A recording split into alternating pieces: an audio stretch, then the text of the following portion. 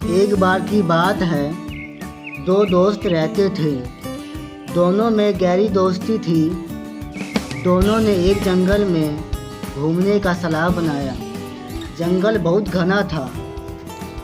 दोनों दोस्त जंगली जानवरों से बहुत डरते थे।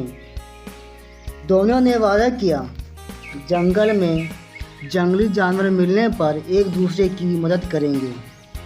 अचानक कुछ देर बाद उनके सामने एक भालू आ गया। दोनों डर गए। अब वह सोचने लगे कि अब क्या करें। तभी एक दोस्त ने दूसरे दोस्त से बोला, चलो पेड़ पर चढ़ जाते हैं। दूसरे दोस्त को पेड़ पर चढ़ना नहीं आता था।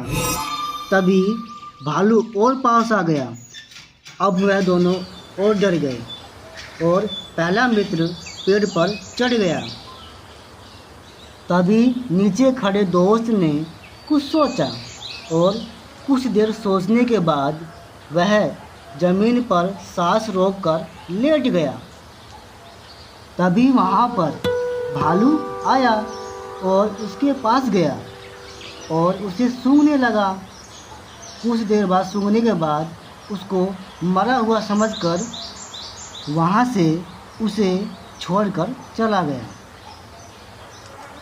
तभी कुछ देर बाद पहला मित्र पेड़ से उतरकर नीचे आया और अपने दूसरे मित्र के पास गया और वहाँ जाकर अपने मित्र से पूछा कि भालू तुम्हारे कान में क्या कह रहा था।